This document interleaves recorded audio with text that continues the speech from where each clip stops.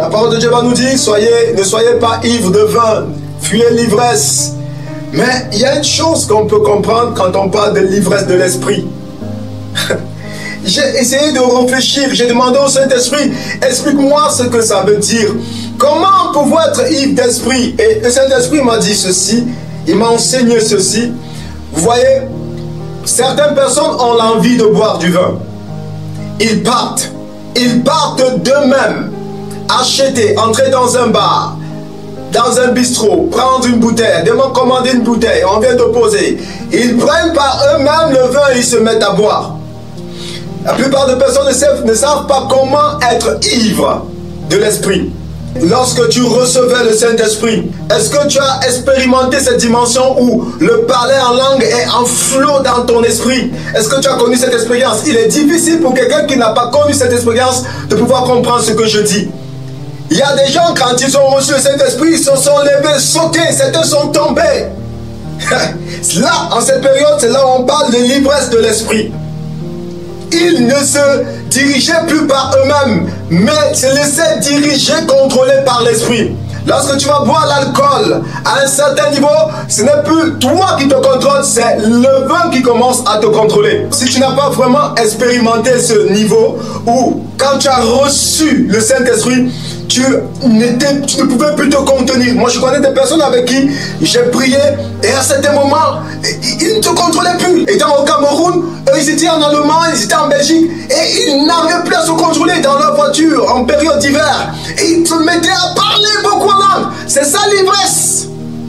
Et quand on parle de l'ivresse de l'esprit, on parle aussi d'être rempli du Saint-Esprit. Certaines personnes, pour qu'ils soient ivres, il faudrait bien qu'ils boivent peut-être 3-4 casiers. Certains, je ne sais pas.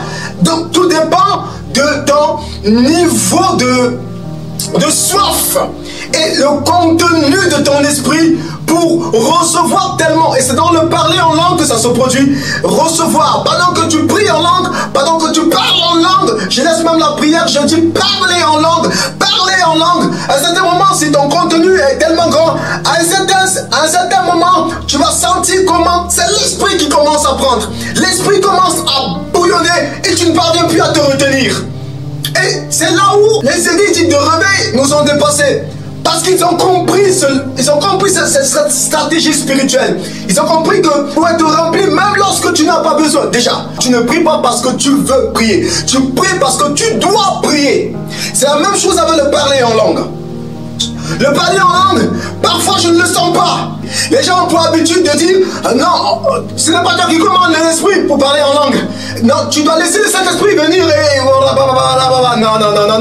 Il y a des temps où c'est toi qui engages la conversation. C'est toi qui peux changer l'atmosphère. Dans la parole de Dieu, on va parler de Jésus, on va dire il nettoyera son air. Il nettoyera son air. Et maintenant, pendant que tu seras en train de parler en langue, tout dépend de ton contenu spirituel. À un certain moment, quand tu vas atteindre le niveau qu'il faut, tu seras ivre. Maintenant, lorsqu'ils vont simplement sentir le vin, ils seront ivres. Pour d'autres, lorsqu'ils comprennent seulement en langue à la prière, ils commencent à rababa, et c'est parti. C'est parti. Il faut simplement que tu connaisses ton contenu spirituel. Si tu commences à prier en langue et tu vois toujours ça ne donne pas, sache qu'il y a deux choses. Je vais prendre d'abord deux éléments qu'il faut traiter sur ça. Il y a premièrement, est-ce que je suis distrait dans le parler en langue? Qu'est-ce que je m'imagine quand je parle en langue? Est-ce que je suis concentré? Deuxième, est-ce que mon contenu est assez plein pour que le Saint-Esprit lui-même commence à prendre le relais? Il faut travailler sur ça, église. Vous avez remarqué que les dénominations qui font de ce genre ont des révélations et des miracles qui s'accomplissent. Ils ont compris que, ok, ce n'est ni par la puissance, ni par la force, mais c'est par l'esprit.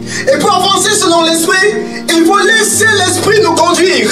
Mais parfois, il faut qu'on parte jusqu'à l'esprit. Et c'est parfois dans le parler en langue qu'on part jusqu'à l'esprit. L'esprit est tout proche, mais dans le chemin de l'esprit, il faut y aller. Il faut remplir le contenu spirituel.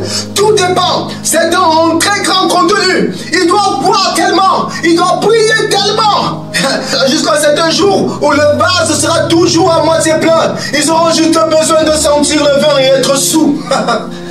Il faut travailler sur ça, je t'en supplie. Et à un certain moment, tu vas commencer à sentir vraiment, il y a des langues, il y a des langues, il y a des langues. Avant, je ne vivais pas ça. Mais depuis un certain moment, il y a des langues. Certaines personnes, c'est lorsque quelqu'un est en train seulement de prêcher et les langues commencent.